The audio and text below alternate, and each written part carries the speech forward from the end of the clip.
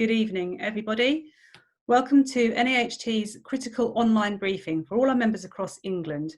In this, the week that we started to return to school opening, and then following the government's announcement, we've obviously had a huge amount of changes so far, and we're only on Wednesday. So thank you very much, everybody, for joining us this evening. We've got 3,500 members registered for this briefing. Joining us this evening, we've got Paul Whiteman, General Secretary, Ruth Davis, our National President, James Bowen, Director of Policy, and Paula Porter, Director of Representation and Advice. My name's Natalie Pettifer. I'm one of the regional organisers of NAHT. I'm facilitating this evening's briefing. So just to let you know a couple of things to do with the housekeeping for this briefing. The chat function at the bottom of your screen is for you to comment on what's happening, to just let us know that you're here, say hello to colleagues. If you have a question, and I know some of you have lots of you have submitted these already, and they will be copied into the Q&A function. At the bottom of your screen, if you have a question that you haven't yet submitted, please do so there. That allows your colleagues to vote on their favourite question, and also for you to vote on others. When we get the question part of the briefing, what I'll do is choose the most popular question to start off with, and we'll move through in that way. I must tell you that this is being recorded. It will be available on our website tomorrow. So please bear that in mind when we come to the Q&A session. At that point, what I'll do is invite you to come onto the screen as a panellist so that you yourself can read your question. And then as that's being answered, we'll bring the next person in. We have got such a huge amount of questions that we want to be able to take as many of those from our members and address as many of those as possible today. I want to just also say to you that whilst we appreciate you sharing and commenting on our events on social media, we would like to request that if you're posting any photos of our digital broadcast, you're mindful not to include comments from others which appear in the chat function.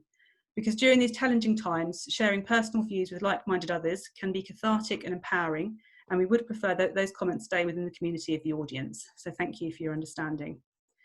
If you want to use social media, then the hashtag is COVID School Response. And I do believe that that's all I have to say on the way that this event is going to be running. Thank you so much for joining us. We've now managed to have over 2,000 people access the event, so that's open for others to probably join as we go on. As I say, any questions, please do post during the session. So first of all, we're going to hear from Paul Whiteman. Thank you. Thanks, Natalie, and good evening, everybody. I take it I'm off mute. Yes, I am. It's the same mistake every day with every meeting, but hopefully you can all hear me. And thank you very much for coming to this briefing this afternoon at such a pressurised time for you all. And I want to start with an acknowledgement of your resilience, really, and your commitment to children and young people. I made a comment on BBC Breakfast a couple of days ago. That anybody that thinks that they can speak for you or speak for how much you care for children would be misleading the public if they painted a picture other than you are the most committed and most caring about the children in your schools.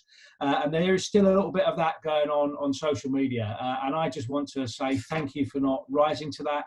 Thank you for using all of your energies for organising your schools in the middle of such chaos and making sure you still do serve the children that attend your school and the communities in which you're based. So what I thought I'd do is just very quickly go through the last few days in terms of the U-turns that you've experienced, just to remind you why there's so much chaos out there. What's happened today in terms of the announcement following the Prime Minister's announcement about the restriction of access to schools, and then what we'll be doing over the next few days. And I don't think even we at NAHT can plan on a horizon that extends more than the next few days right now, but we will want to as soon as we get some more calm into the system. So look, this all started well before Christmas, where the NHT and others were warning the government of the impending difficulties and asking them to make decisions about restricting access to schools for a period of time. And I want to be clear about what we were arguing for, because it's been consistent, and it means that we're almost in the position we were arguing for before Christmas.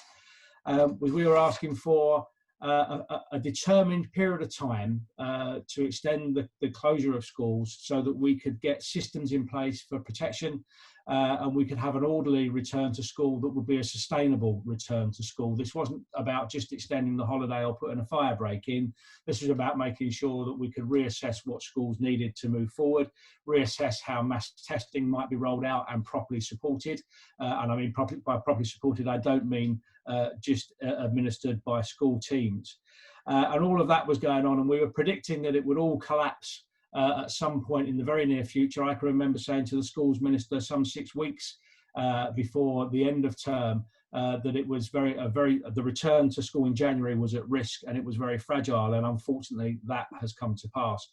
And it came to pass beginning on the 30th of December, where we'd worked all through Christmas. You had all worked all through Christmas, particularly in secondary, but also in primary as well, to get ready for the return and the testing in secondary, to be told that there would be a staggered start in secondary, recognising the transmission rates, recognising that Greenwich Council and other local authorities had got it right in terms of trying to close schools and react to what was happening on the ground, despite the legal efforts and the legal pressure put upon those, that we'd stagger that start because of the transmission rates in that age group.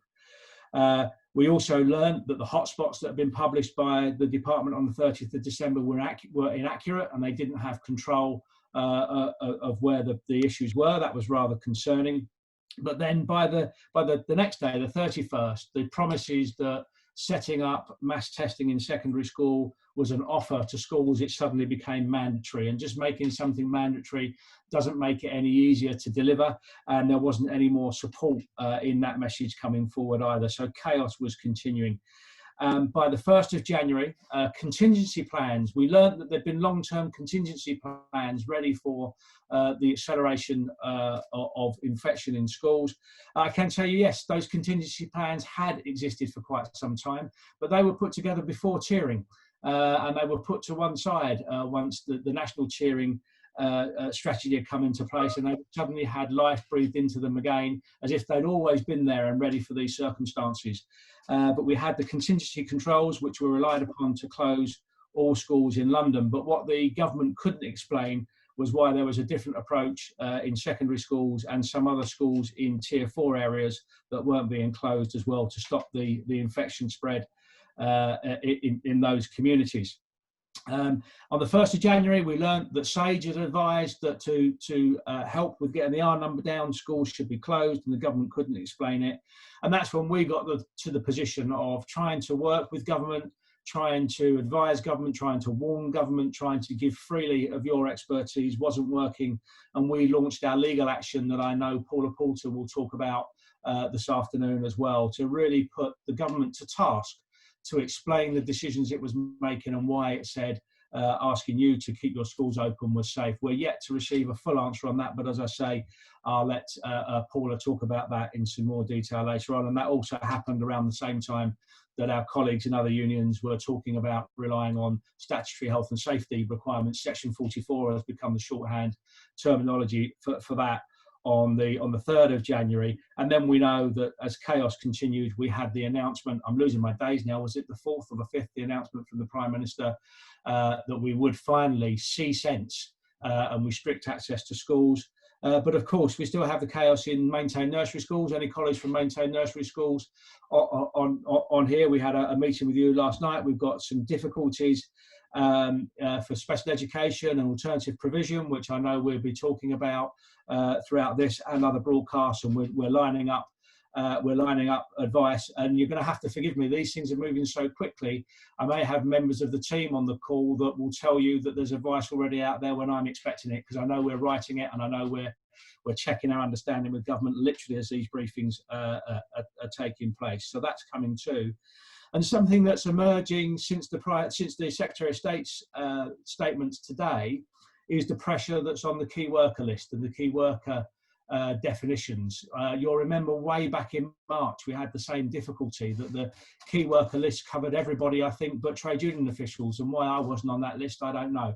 But it seemed to be so broad so as to call into question the purpose of the restricted attendance at school, and that's to stop, obviously, the transmission of infection in the community. So that worker list again is drawn so broadly, and I understand the failure to deliver devices to schools means that a child without a computer is on the vulnerable list now and can attend school. So it seems to be that this becomes almost a self-serving kind of circle for government, and you're under huge pressure about the demand for places in your school. So our advice is going to follow the advice we put out last year to when we talk about this in the community, which is the idea of a key worker place is for key workers who have no other thing available to them for childcare during the day. The idea of keeping children out of school is to stop transmission, and if we simply use a space because you might qualify for one, then we're not going to stop the transmission effect that the government is seeking to stop. So we'll get that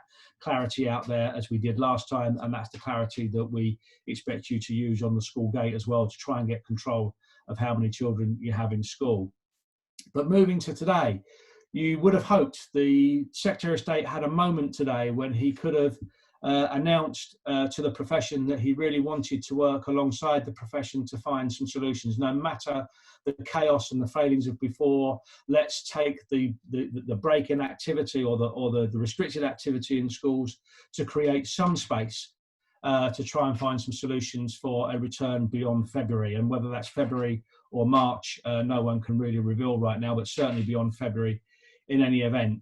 And he fouled on exams today, simply saying that we're cancelling exams and we're going to rely on teacher assessed grades without any real detail behind it, has brought no relief to those students and no certainty to those students. And once again, we were saying way back, you need to have contingency and properly work through contingency, ready for an immediate announcement if we find ourselves in these situations, and the government has failed to plan properly going forward. On SATs, we had a good announcement, and the only sensible announcement on SATs today, which is they're over for this year, and we need to look at what that means beyond this year, and I think that's unclear right now. But the bit of good news in there is we have clarity around SATs now, and if you look on social media, there's a lot of celebration about that, but I think we need to be careful about our celebration there. That's an expression of the inevitable once again, rather than a philosophical agreement about how we might hold schools to account in the future and how we might measure assessment in the future. So good for this year, but let's look to the future too. Another insult to the profession today, saying that the success or otherwise of home education will be measured by Ofsted, and an open invitation from the Secretary of State to parents to lodge complaints with Ofsted if you're worried about the level of home education in school. Now, the reason I find that so insulting is we don't know the standard to which you're going to be held to right now, so it's an imprecise standard. You know best in school the best home education that you can deliver. Why they think Ofsted has more insight than you do, I don't know many practitioners or HMI that have been actually involved in delivering home education in the way that you have. And let's remember, we're building this as we go. And it's not just about how many hours you can sit a child in front of a device for. There's no measure there about engagement and the skill of teaching and the technical aspects of what you do to make sure children engage and children learn. Merely managing the number of hours you can put a child in front of a laptop is not sufficient, and we should be given time to develop those home education offerings and make sure they're as good as they can possibly be. And while I'm talking about that, laptops, big on promise, short on delivery with laptops right now, and I'd love to know either in the comment bar or in contributions how many people are short of the allocation that they need right now. I think I'm going to have an opportunity to talk about that publicly tomorrow, so getting an idea of where we are on the delivery of kit is going to be very, very important. So we know we don't have all the kit in place actually to deliver on the demands that we're told Ofsted would hold you to account for, so we need to work on that too. I've mentioned maintained nursery schools, special and an AP, so we keep working on that, and I hope to have some more clarity, and if we haven't got clarity, we will again consider our position with regard to holding the government to account legally or in any other way that we think is appropriate. We're just too quick in the middle of this chaos to call that one right now, but you're certainly on our minds, and please don't think if you haven't had a particular piece of correspondence from us yet you've been forgotten. You absolutely haven't, and I'm looking at James for a nod or a shake of the head to see if we've got any more clarity on that right now, James, but perhaps you'll contribute at some point. So that's where we are. So what next for us? What next for you? Well, we'll continue to work with other unions and other stakeholders to make sure that the arguments that we put in public and to the department are ones that put you in the best position that we can for you to look after and educate the children in your care. That includes talking to other unions about their use of Section 44 letters. We have to be a little bit more sophisticated now about how they may or may not be used. There'll be a short lag with that, but I've been talking consistently to colleagues in other unions about the on the ground and practical problems that they're causing that we may not have foreseen when they were first used before the wider shutdown. So we're working on that for you.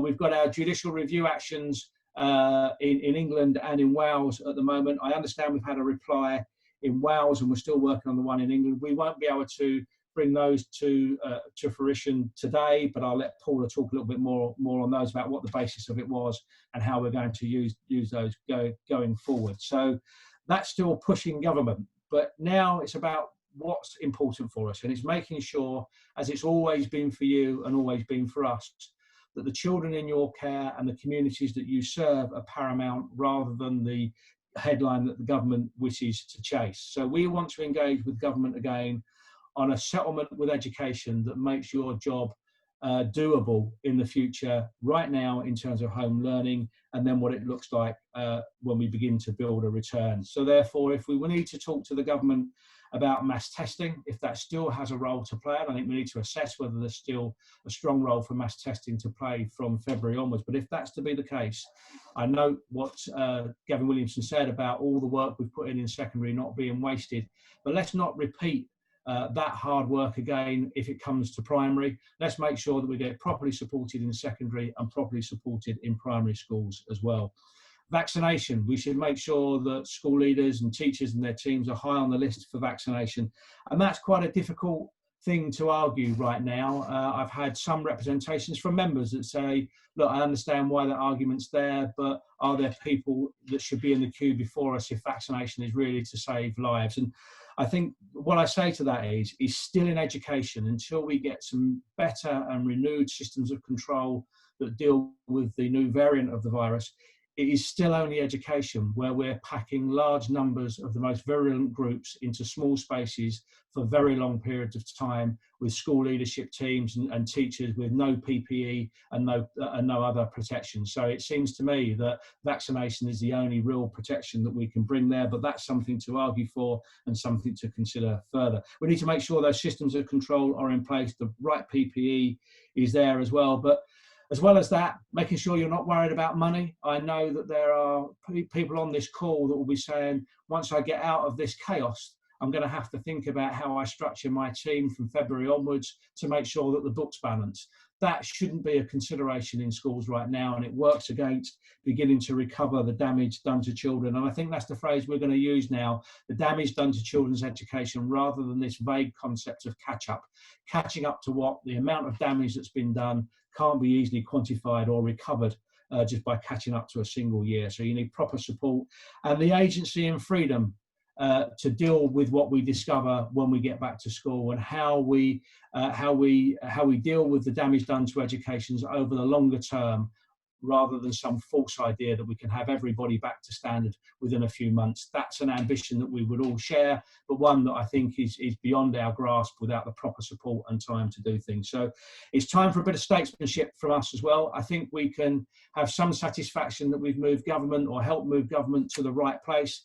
It's how we deal with the time that we've got now and the issues that are still outstanding to get us in a good a place as possible, and try and make sure that we encourage government to continue to do the right things, even if they were late. However we've got here, the government has an opportunity now to start getting the decisions right, and they will do that by talking to you and talking to your representatives and listening to the expertise that you provide. So thank you very much for all that you're doing. I know your communities are very appreciative of what you're doing for them on a day-to-day basis. And on that note, Natalie, I'll kind of stop rabbiting on, see if there's some questions that we want to take at the appropriate point, but leave the floor open to others. Thanks, Paul. Yeah, so I will remind people before we invite them in that it's being recorded, this webinar. So obviously, if you don't want your face to appear on screen, then please don't accept the invitation. The first person that we're going to invite in is Ruth Worswick. But while we're waiting for Ruth to come onto the screen, just also to say, if you do have a comment that you're writing in the chat function, please do ensure that you address it to all panellists and attendees. Thank you. Ruth, if you could take your, put your video on, please, if you can select that, if you're able to do that. The moment you're showing us not having your video on. Or if you can take yourself off mute.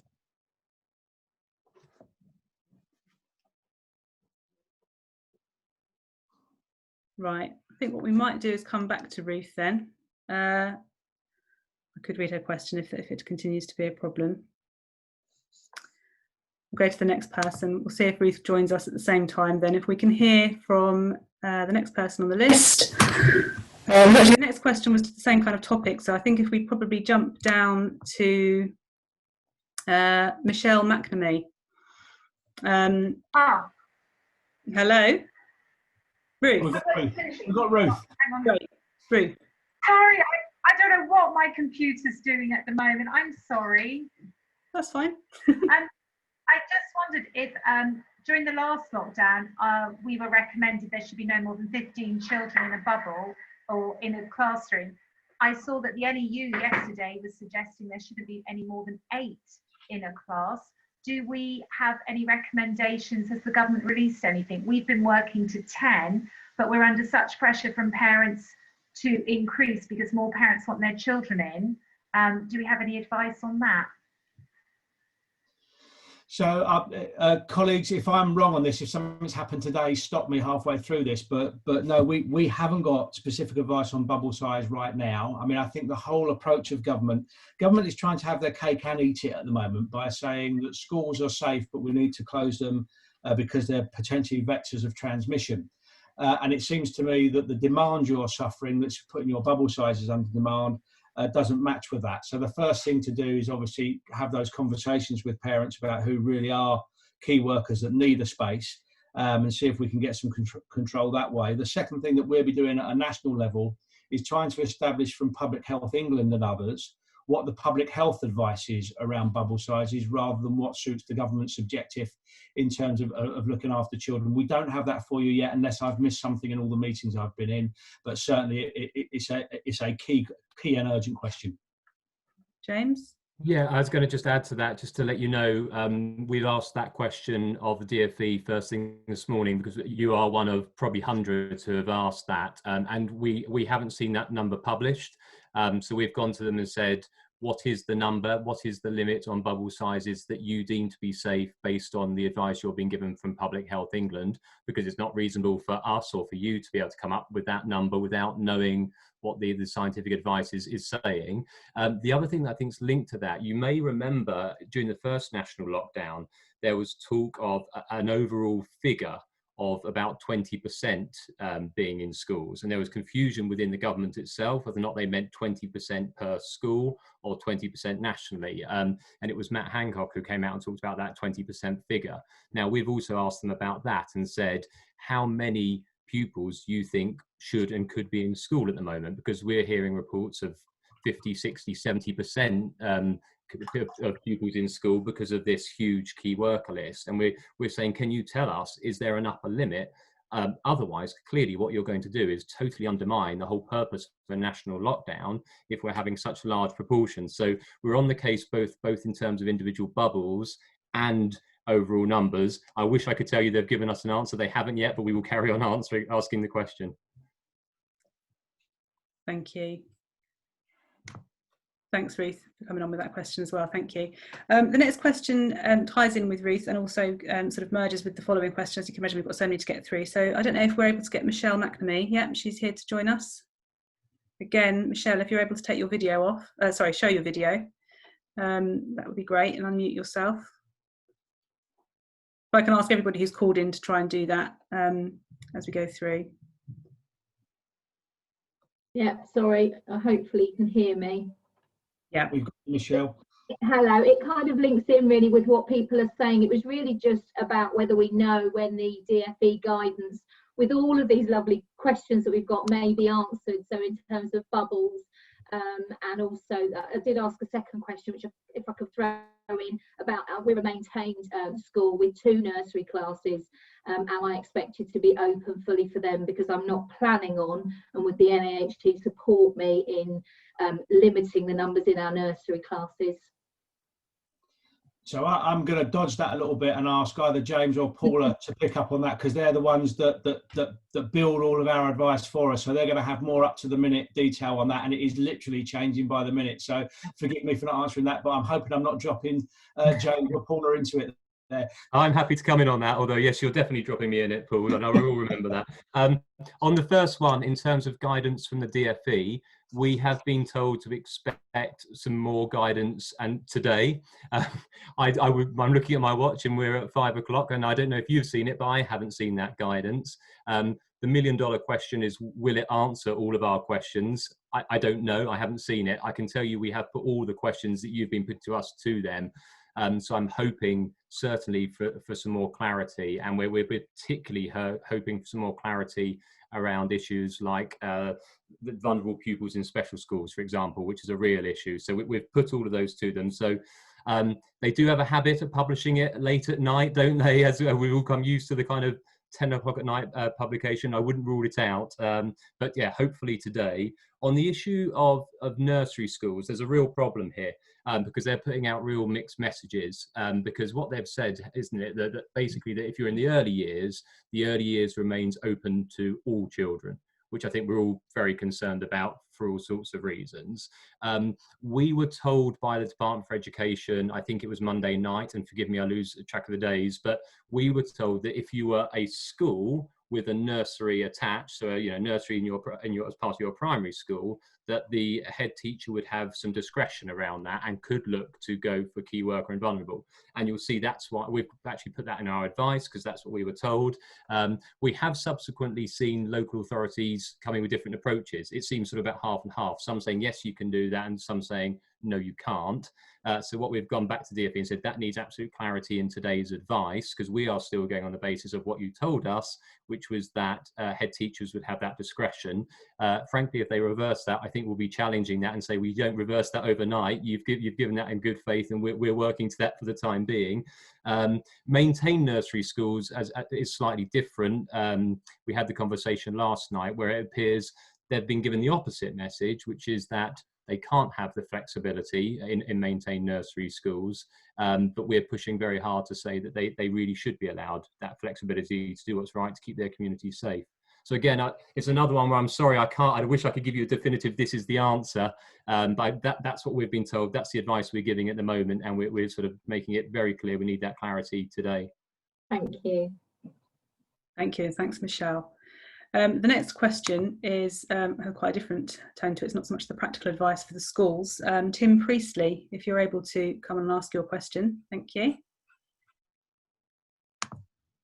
And again, you can take off your, keep saying take off. Put your video on and unmute yourself, please, Tim.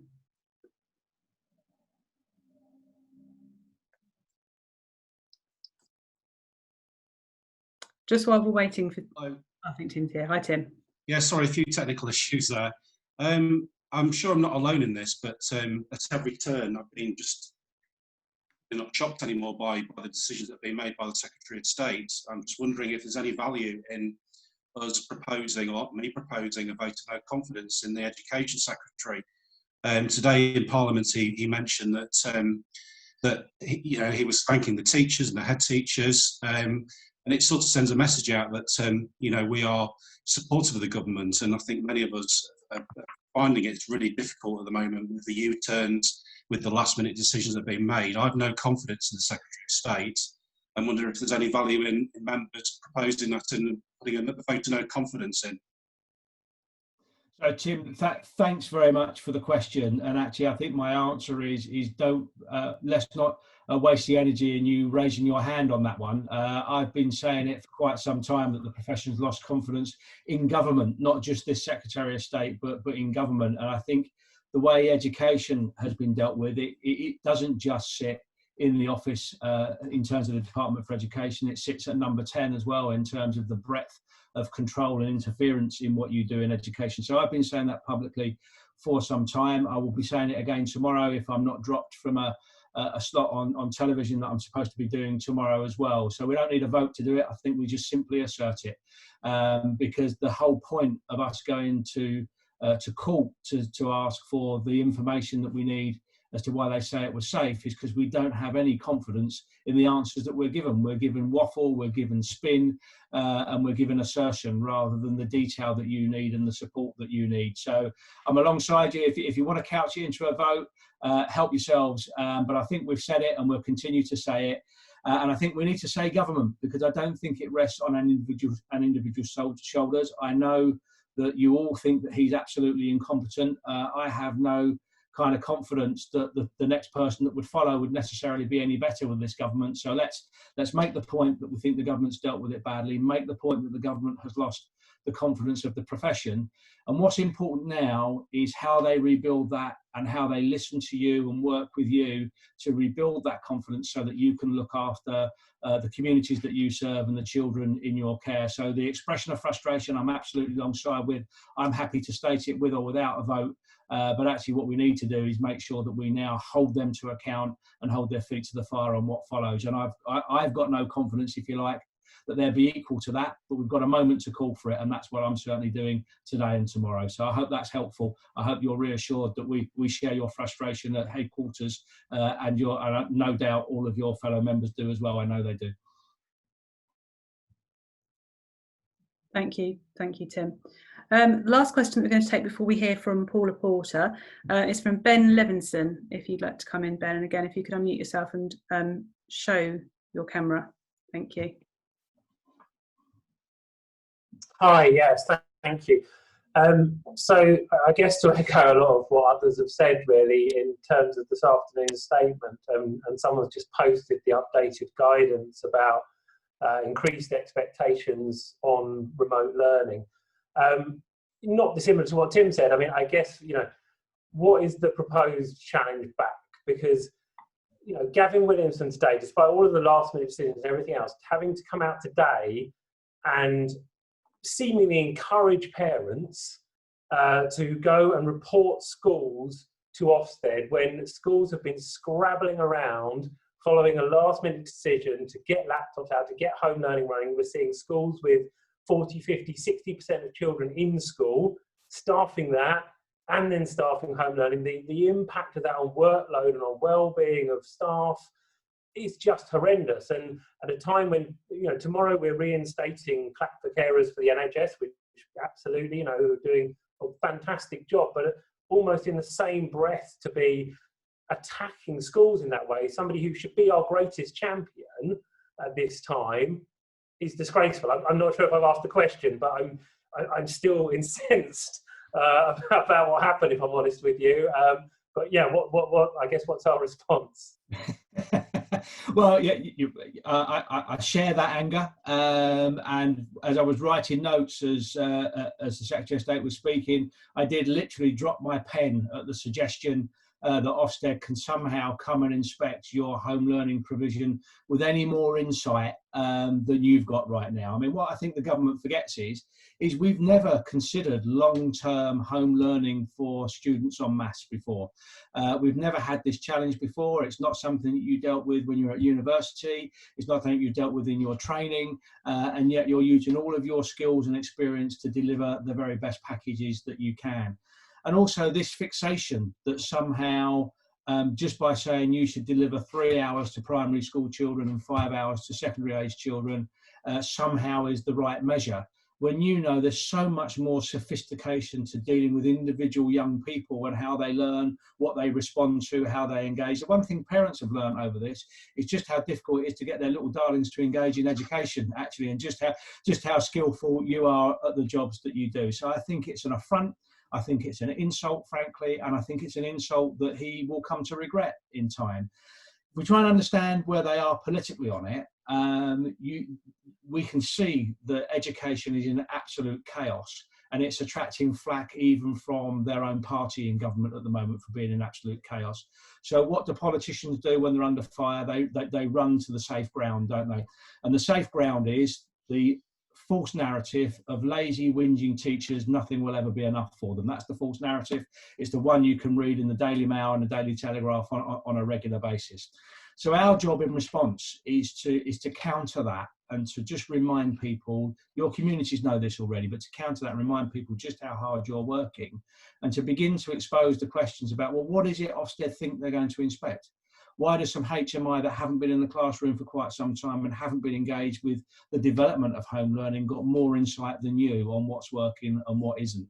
We don't know yet. We haven't had a chance to engage with Ofsted about what it is they're going to ask you about home learning and what it is they think is there. So we're going to need to do that work as well. So the initial steps are call it out for what it is, try and understand what it is they think they're going to look at if we get some complaints, educate parents about it's not 3 or 5 hours, it's about engagement, and then we'll see where we are. But what I can promise you, Ben, is that wherever we are, if anybody's woken up yet, this union isn't afraid to challenge. We'll challenge it in the courts, we'll challenge it in public, and we'll challenge it politically if we need to. I've never ruled out other sorts of challenges that are open to unions, but that's always a last resort because of the communities and the young people that you serve. So we'll challenge it in other ways first. But if I have to come back to the membership and start talking about what's open to us as a union, you can be guaranteed I will. That will be the last resort, and it'll be some time down the road, but we will come back to you if we need to. So I hope that kind of fills you with some hope, at least, that it's not just going to pass us by. Thank you, appreciate that. Thanks. I think, James, you wanted to come in on this as well. Yeah, I just wanted to come in specifically on the Ofsted issue around that as well, just to let you know that sort of basically within minutes of us hearing that and then picking our jaws up off the floor, what the team started to do straight away is actually we went and looked at the Ofsted complaints procedure because there are procedures they have in place. Now, you can't just ride roughshod over that. So ordinarily, a parent complaint does not trigger an immediate Ofsted inspection, unless there is something very significant around safeguarding, etc. There is a process that Ofsted have to go through in terms of verifying complaints, speaking with schools. Well, I know people know this, but I think one of the first things we do in terms of challenging is say, well, let's have a look at the Ofsted complaints procedure. Nothing's changed in terms of that. There are a whole set of steps that you should go through, and we would expect you to go through that because nothing has changed there. So just to reassure you, I know it sounds kind of like a technicality, but actually pushing back on the technicalities is really important here and saying it's easy to say, oh, parent makes a complaint and Ofsted goes straight in. That's not how this works. That's not how their own policy and procedure works, and we'll be pushing back and holding them to that as well. So I think there's some detail around that which is open to us that we'll be looking at as well, just to sort of give you some reassurance around that. Thank you. Thanks, Ben, for that question as well. Now, before we hear from Paula, I just want to draw your attention at the bottom of your screen. I've just launched a poll. If you could take part, that'd be really helpful, actually. Just asking what percentage of the laptops that you have requested have you actually received? Interesting to see the outcome after we've heard from Paula, just for a brief legal update. Thank you very much, Paula. Thank you, Natalie. Good evening, everyone. I'm really pleased to have the opportunity to speak to you about the legal steps we have taken on your behalf to challenge the government on their failure to provide information that you as leaders require to make decisions about safety in your schools.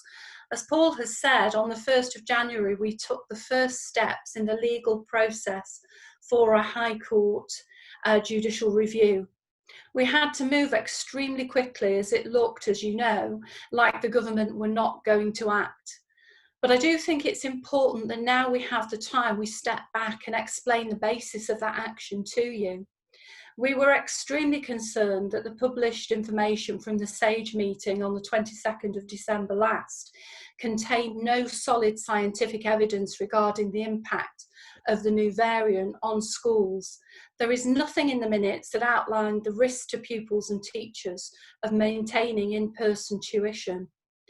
There appeared to be little information that supported the distinctions being drawn at that time between primary and secondary schools, and are now being drawn with maintained nursery schools. Although it was said that closing secondary schools would have a greater impact, it was not clear at all to us why this was said to be the case, and there certainly seemed to be no scientific basis for it. The evidence that existed suggested that it would be difficult to prevent infection rates increasing if schools remained open. Now, judicial review proceedings are not a step that we take lightly, and in the current climate it's very difficult to challenge the government because the courts are showing them a degree of deference in relation to the decisions that they're making during the course of the pandemic.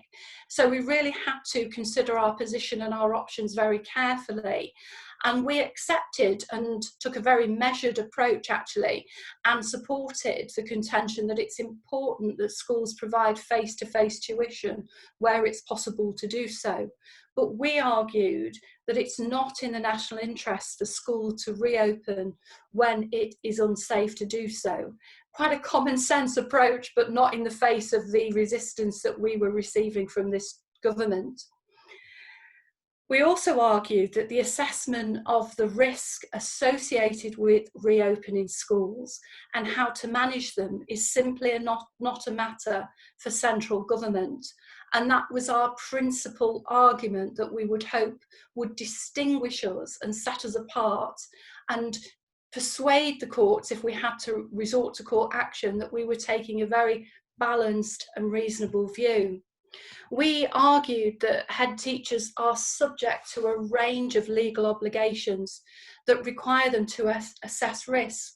For example, under the Children Act, you as heads are required to have regard to the need to safeguard and promote the welfare of children.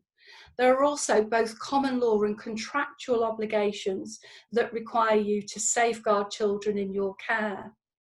As you know, many head teachers will be subject to obligations as employers of teachers and other school staff that imposes duties on you to have regard for your employees' safety. And let's not forget that the duties imposed on employers under the health and safety legislation extend beyond a duty to keep employees safe. Employers also are required to provide information to employees and to consult with employees regarding measures taken to safeguard them. Many head teachers will be public authorities for the purposes of the Human Rights Act, and that means that you are subject to a duty under Article 2 to take reasonable steps to prevent risk. These legal duties make it clear that head teachers are the person, and the people rather, who have obligations as employers to provide sufficient information to ensure that you are running the school in a manner that safeguards all those attending, not simply the government. That you can provide your staff with the information that they need to be satisfied that you're taking reasonable steps to safeguard them. And that you have an obligation to consult your staff and develop further improvements in the safe operation of the school. Ultimately, all head teachers want to ensure is that children they care for, their staff, and they as individuals are safe. The right to remain safe means that teachers need the information, head teachers need the information necessary to assess whether they have complied with those rights. In the absence of that material, it's impossible to see how you as head teachers can assess whether you have had your right to be safe respected by the government. Our letter was sent to the government with a deadline of the 4th of January. We are still awaiting a response, and for legal reasons we have been required to agree a number of extensions with the legal team who are representing the government. And although there has been a considerable shift in the position, we are still pressing for a response on your behalf, and particularly on behalf of our colleagues in the maintained nursery schools. We will continue to press on not just a daily but an hourly basis for the response, and of course we will continue to keep you informed of developments in the process. I hope that's given you a little bit more detail of the legal basis upon which we determined that we had no alternative but to take the very serious steps and apply to the High Court to consider whether or not a judicial review would be acceptable in these circumstances. And we will continue to put out advice to assist you to deal with the issue that this presents. Thank you. Thank you very much, Paula. I'm just noticing that there are a few people who've got their hands up. If I can just remind you, please, that if you've got questions, just to input them in the questions and answer section. We've got so many of you on the call, we can't come to you with your hands up. I'm going to share the results of that poll, and then we'll have some comment from James on the results there. So what percentage of laptops have you requested, have you actually received? And nearly half, less than 10%. I hope you can see the results. I've shared them with the audience. James, if you'd like to comment. Yeah, I just wanted to pick up on one thing particularly around Key Stage 1 and reception year. Whereas we know if Key Stage 1 infant schools haven't been given any laptops, just to let people know, we have been challenging the DfE on this throughout the week, and we're making the point very clearly. You can't on the one hand say that the expectation of remote learning and the online offer applies in Key Stage 1 in the early years, and on the other hand say that you won't provide laptops to those pupils. Those two positions are completely inconsistent. So we've been pushing really hard around the infant and year R situation. So I just wanted to pick up on that and let people know that work is taking place. Thank you. Thank you for that. Right, we've got some time. We were due to finish at 5:30, and I just need to say that we do need to finish. We can go on slightly longer, but there is a webinar for all members in Wales, which follows this. So we won't be able to go on much longer anyway, but we've got about probably 20 minutes left. We've got some time for some more questions. Margaret Turley, if we could invite you in, please. And then obviously when you come through, if you can show your camera and also unmute yourself. Thank you, Margaret.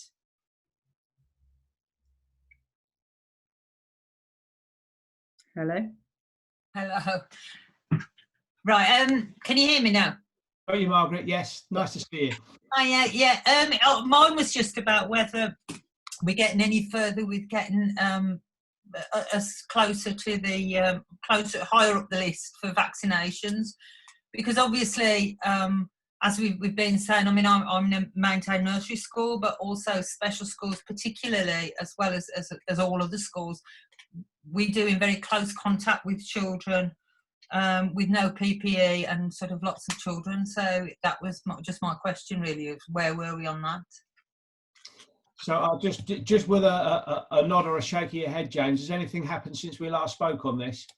No, nothing new, but just to say that the arguments are still going on very actively. We're making the case very strongly that all staff, and I mean all staff, teaching assistants, you know, I don't want to use the phrase teachers because it's everybody, all staff in schools should be prioritised for the vaccination. We're particularly in the last 48 hours saying particularly special schools and early years. Now, I'm not trying to say one rather than the other, but given the nature of where we are with special schools at the moment and maintained nursery schools, the case there is overwhelmingly strong. The challenge we have in that is obviously we don't speak directly to the panel themselves who make the decision. Our arguments go in through the DfE and others, and we're saying that we really, really think this needs to happen. We desperately need to have it. The panel itself, which I can't remember the name of it, someone will probably remind me, but the medical panel is made up of the group of experts who work through the whole over 90s, over 80s first. They're the ones. We have had some feedback that says the argument is being heard. So I know that's not a great answer, but we have had people saying, look, they are listening to this, they do know this.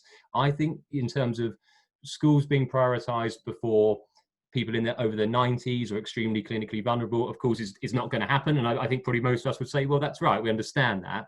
But I think our case is, if you like, it's the next level. It's the once those who are really medically vulnerable need it, and the elderly who are really highly at risk, once they've got it, and we all want those people to get it first, we think when it comes to looking at professions, there is no profession with a better case, obviously, other than the NHS workers, than schools. And we think schools really should be prioritised. So we have been told that the message has been heard. We have told they're considering it. I haven't been told it's going to happen, sadly. Just to add to that, if I may, it's just to underline the case as to why school teams should be brought up the priority list. So I've been taking quite a lot of stick on Twitter, actually. People saying, well, why not supermarket workers? Why not other workers that are considered key workers but are still out there every day? And everybody's got a key claim to it. But I think there's a couple of things that makes education unique. The first one is it's the priority according to the government, and therefore if it's the priority, then you need to make sure it is with your actions and your support as well as your words. But secondly, it's that thing, I think I may have said this earlier, I'm losing track of where I've said this before and not. So if I said this earlier on, forgive me, but it's that it's the only place in which we are taking people that are the most infectious and transmissible between each other into confined spaces in the winter that can't be properly ventilated for periods of time that equate to a whole teaching day pretty much, and then expecting that transmission doesn't somehow leak. Well, it's bound to, isn't it? So that's what I think is unique about education and why it should catapult school teams further up the list, and that's the argument that we've been making throughout. So if you've heard that from me twice, at least it's consistent. But thank you very much for the question. Thank you. Thanks, Margaret. The next question I'm going to bring in is from Jatin Shamji.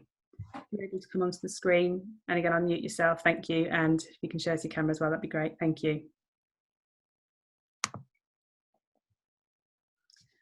Jatin's just joining us. While we're waiting, just to say in the chat there have been the links to our latest advice on supporting key worker and vulnerable children, and also on our COVID-19 Q&A. So if you just want to refer to those. Hello, Jatin. Hi there. Hi, everyone. Just a quick question regarding free school meals and whether or not the government are planning to reintroduce the National Free School Meals Voucher Scheme. I vaguely recall Boris talking about this during the broadcast. The problem that we face at the moment with food parcels is that if parents or families are self-isolating, obviously they can't come to collect it at school, and the school don't have resources to actually deliver the parcels either. So it's a big problem at the moment. So have we had any updates from government regarding that at all? So I'm not sure if we've had anything since Gavin Williamson was on his feet, and if we have, I know James will follow in a second, Jatin, and let us know what's happened. But what struck me about the Secretary of State's coverage in his speech to Parliament this afternoon was that his reliance on local solutions, then food parcels, and then the free school meal voucher scheme, which I hope signals that he's understood that trying to do everything from the centre was just a disaster last time round, and that's the fallback position. But I think it also reveals still a complete lack of understanding about some of the coverage and some of the practical difficulties that schools have. I've had one member contact me, for example, to say, look, that their setting has at least a 100-mile radius. So how you get food parcels out across a 100-mile radius, the practicalities of that are just so difficult. So I'm not sure they've been addressed. James will save me from my blushes if they've been addressed this afternoon. And the reason I keep saying that is James is constantly on the phone with his team at the moment to the Department for Education as we're trying to answer these almost as we go along. But it was striking the difference in approach and striking the commitment so early with free school meals. So hopefully that's one where we have a degree of hope. Yeah, so you're right. So the government's priority, preference, I should say, is still food parcels. But for all the reasons everybody's just said, we know why that's just not possible in so many cases.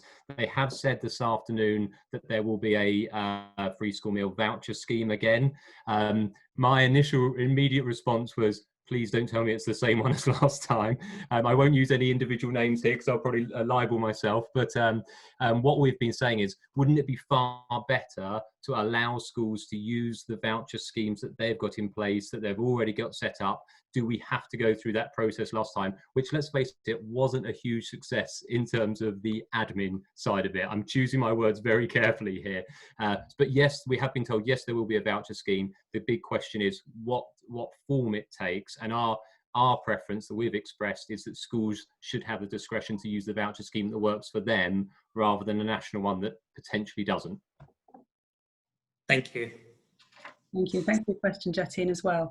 While we're bringing the next member, and apologies if I don't pronounce your name correctly, Helwen Rees, you can correct me. I'm going to ask just launch another poll, which we've just added here. This is for our information, really. If you'd be so kind as to complete this, asking what percentage of your pupils do you have on site in school at the moment? We'll come back to that. Thank you very much and welcome. Hello there. Thank you for taking my question. You will have seen in the question box and in the chat box that there are many heads from special schools across the country. We have been put in an absolutely impossible situation. All our children are vulnerable. However, I'm very lucky. I have a small school of 61 children and about 45, 46 staff. So yesterday, I did an individual risk assessment for each pupil and phoned every family and explained that my position was that in the current circumstances, I cannot put my hand on my heart and say that my school is as safe as it possibly can be at the moment. And until I can say that, I will not open fully.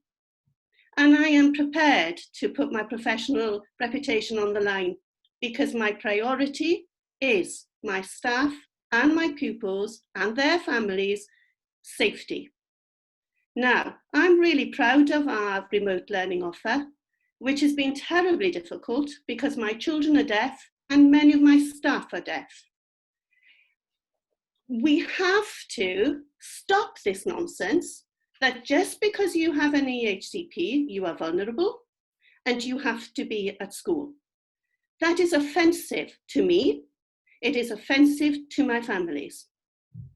And we really need your support in getting this across firmly now. Last night, having worked 12-hour days at school and then dealing with emails after that, I did the online NHS testing training so that I could bring LFTs into my school. This is because my staff want it, because they consider it gives them some reassurance. We were sold a pep on this one as well. We were told it was straightforward. It is not. I am far from stupid, and it took me 4 attempts to get one of the assessments passed. And that was because the information didn't exist in the training video. Now, when my staff did this themselves in school today, they all failed that one as well, which made me feel a little bit better. Now, I don't know how my deaf children, and some of them have, many of them have learning difficulties, almost all of them are below age-related expectation. How on earth are they supposed to self-administer these tests? I just don't know. So I can't do it with my children. Therefore, I can't keep my school as safe as I can. The other point I would like to raise is around vaccinations. And again, we need it even more importantly in special schools because of the level of contact we have with our students. Social workers in our part of London are being given the vaccination, and yet they are no longer doing face-to-face meetings. When they do face-to-face meetings, it's often in a small group, whereas we are exposed to far more children. This does not make sense. Thank you for taking my questions. I could go on forever and take on this meeting because there's so much that it makes me really cross. I also have a number of friends who are lawyers specializing in employment law, which is why I sent you the question I sent. So it would be really useful to feel that you could devote time to special schools. I know we're a small percentage, but we care. So thank you for your support. And thank you for such a heartfelt and powerful contribution. I want to capture that and broadcast it everywhere because that's what we're getting, not just from special, we're getting it from everywhere actually, but the constant failure of this government to consider the particular needs of special and to think about what they need to do rather than it being an afterthought has never properly come through. So thank you for that contribution. It's a timely and powerful reminder. Let me give you some reassurance that we are fighting with a similar level of passion that you've delivered. And actually, James and I have had a difficult conversation this afternoon. We have some advice ready to come out to you that we hope will be helpful, but we're just trying to get the government to move one last step on what we want to put out there, and we're not ready to put it out there yet. So, sorry, I do need to add that remember, an extra pressure on us in special schools is that we have children from many different local authorities. In my instance, it's 15 different London authorities. If we are serious about reducing community transmission, how can I possibly have children coming from 15 different boroughs? It's a nonsense. And that's the basis of what we're saying to government is exactly that. You have to leave it to local decision makers at school and at local authorities and parents and families and the relationships that we have there to get this right and give you the power to make some of those decisions without fear of kind of complaint and legal proceedings and everything against you from families that say you have to provide and all that type of thing. So that's the route we're going right now, but also backing that up with, you cannot leave special as an afterthought time and time and time again. There are particular issues there that the government just isn't grasping. So that doesn't answer your questions. I wish I had more to tell you after such a fantastic and passionate plea, but believe me, we are working really hard. We met with our committee last evening about what to do, and we are taking it forward as quickly as we can. And I very, very much hope that there'll be something in your inbox this evening, but I can't promise it. But let's keep our fingers crossed on that one. And thank you to colleagues for your messages of support. And I'm sorry to you, special head colleagues, if I haven't said what you wanted said as well.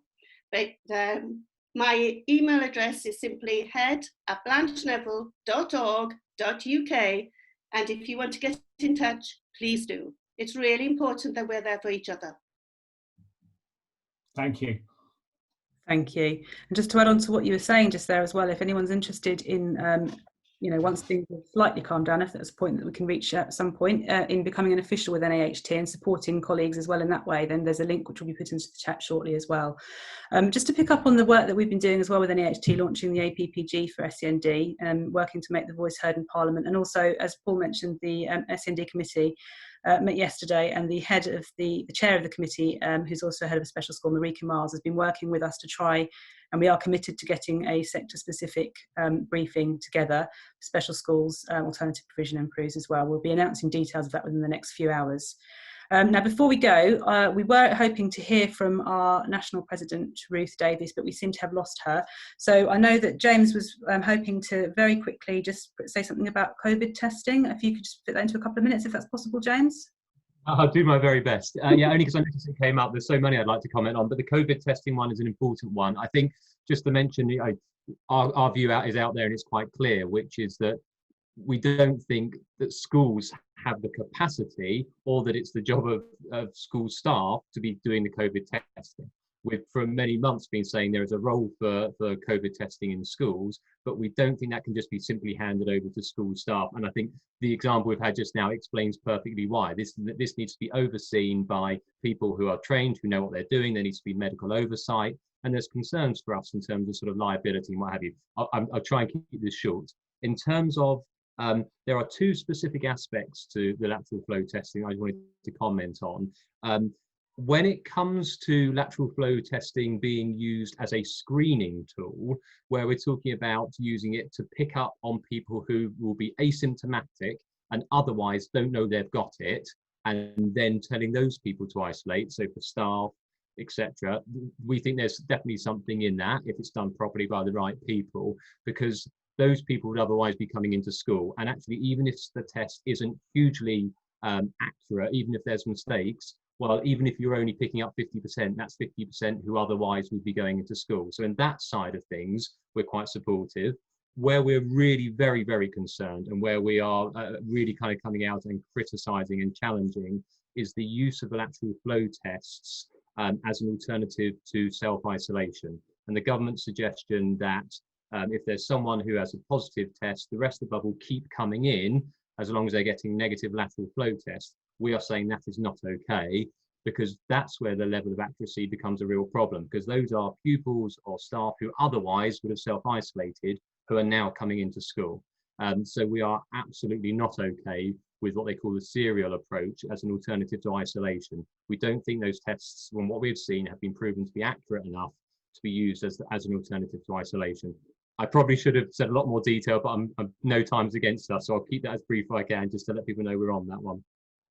Thank you very much, James, for that. I'm just going to quickly share the results of the attendance poll as well. We've had, it looks like the sort of biggest response is that between 20 to 40% of pupils are in for the majority, just over half of schools. So thank you for taking part in that as well. So as I said, we do need to finish very soon. So thankfully, Ruth has been able to join us again. Ruth, if we can just hear from you, thank you. Yes, and thank you everybody for taking your time to join us again this evening. I just think the volume of conversation, the volume of issues that have been raised it is testament to the challenges that you're facing day in, day out. And the first thing I would just want to remind you all is that none of this is your fault. School closures, they weren't your choice. They're a response to a catastrophic failure of government to manage and control this crisis. And that simply just falls in your lap inconveniently. This government, what do we know? That how we got to this point? Well, they have been consistently behind the curve. They've chosen conflict over collaboration. They've ignored independent sources, trusted advice, its own SAGE committee advisors. They've ignored our advice with regards to the exam series, the advice we offered last summer. They have consistently ignored conversations and really chosen their own route. And I just think as a collection, as a profession, we need to be clear that the role we have to play in terms of moving forward, there isn't a head teacher in the country that wants to see their schools closed. And if we are to move forward, we need a consistent and strategic plan, and we need to be at the forefront of that plan. We can't lead it on our own anymore. We've done incredibly well since March to get this far, but we need government now to lead us clearly into what the next plan stage needs to look like. You have held your heads up, you've carried on in the face of, I think, gross incompetence and self-serving indifference from this government. You've shown yourselves to not only be trustworthy, but consistently reliable as well. And I think what comes across so clearly this evening again is the compassion and how much these pupils matter to you. These families and their community that they are part of, they mean a lot to us as school leaders. And I think that is what's carrying us on. And until we get this situation where the crisis is some way under control, then we have to carry on fighting together for what we know to be right. And we will only do that if we keep the conversation rolling. So, which is why I'm so grateful that you've taken time to engage with us again this evening. And I think you're right. I think it's Deborah Park, you mentioned that Robert Preston seems to know more than we do. He seems to have a better idea of what we're supposed to do before we do. And communication isn't top of the priority list with this current government, it would seem. And so that is even more important that we maintain contact so that we are drawing your detail in order to facilitate and empower us in the conversations that are being had with government on your behalf. So keep those conversations rolling. Keep those details coming. I'm going to thank you for all that you've done. Remember again, this is not your fault. You were caught in the eye of the storm. You're in court at the tail end of someone else's problem. But as the professionals you are, you continue to pick up that problem and run with it within a determined and professional way. So I'm going to thank you for your continued commitment.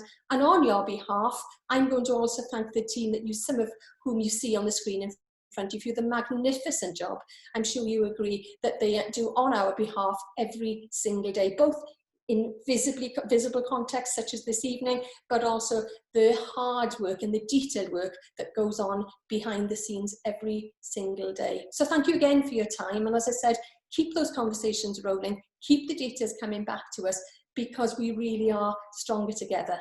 Thank you very much. Thank you, Ruth. Thank you for that. Just before we go, just a reminder, obviously, well, hopefully you have found this evening's event useful. This briefing was brought to you at very short notice given the circumstances. We intend on rolling out more as needs arise. I know that we do have one scheduled next Thursday, which is in conjunction with the Oak National Academy. So if you're thinking about maybe accessing them for your remote learning, then please do join up for that. That's next Thursday at 5 p.m. And as I said, look out in the next few hours for the SEN sector specific briefing that we've got lined up as well. Look at the FAQs, refer to the specialist advice line if you need to. I'm not going to say it over and over, but we do mean it. Thank you, and well done everyone for carrying on keeping things going. So thank you, Ruth, thank you, James, Paula, Paul, thank you for all our attendees, everybody who spoke to bring their questions to the fore. Obviously there were so many questions with so many people on this webinar, so we will be making sure they are fed into our policy department as well. Have a good evening. See you next time.